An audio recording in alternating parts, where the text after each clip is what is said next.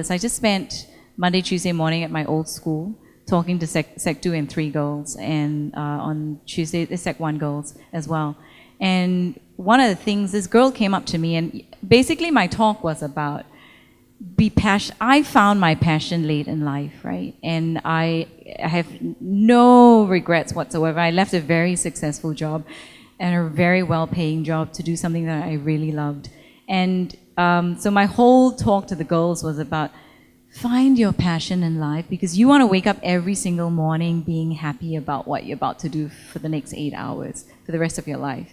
And if you make a different a choice this year and it's not the right choice, or your things change, you haven't wasted that year. You've learned a hell of a lot that year, but you have a choice. And she came up to me, this 13-year-old came up to me and she said, Audrey, you talked a lot about following your love and your passion and doing what you love doing and all that, but what if my parents tell me that if I go down this path, I am not going to succeed? And I think that's one of the worst things we could do to our children, is to tell them what to do. We have to let them make their own mistakes, but we have to let them make decisions. And by not making those crucial decisions ourselves, we're really not teaching them anything wise.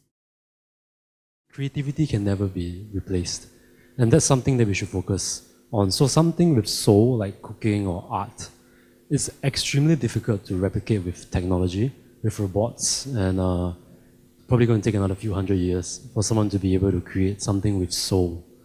So I think that's, in a broad stroke sense, I think that's what we should focus on, creativity.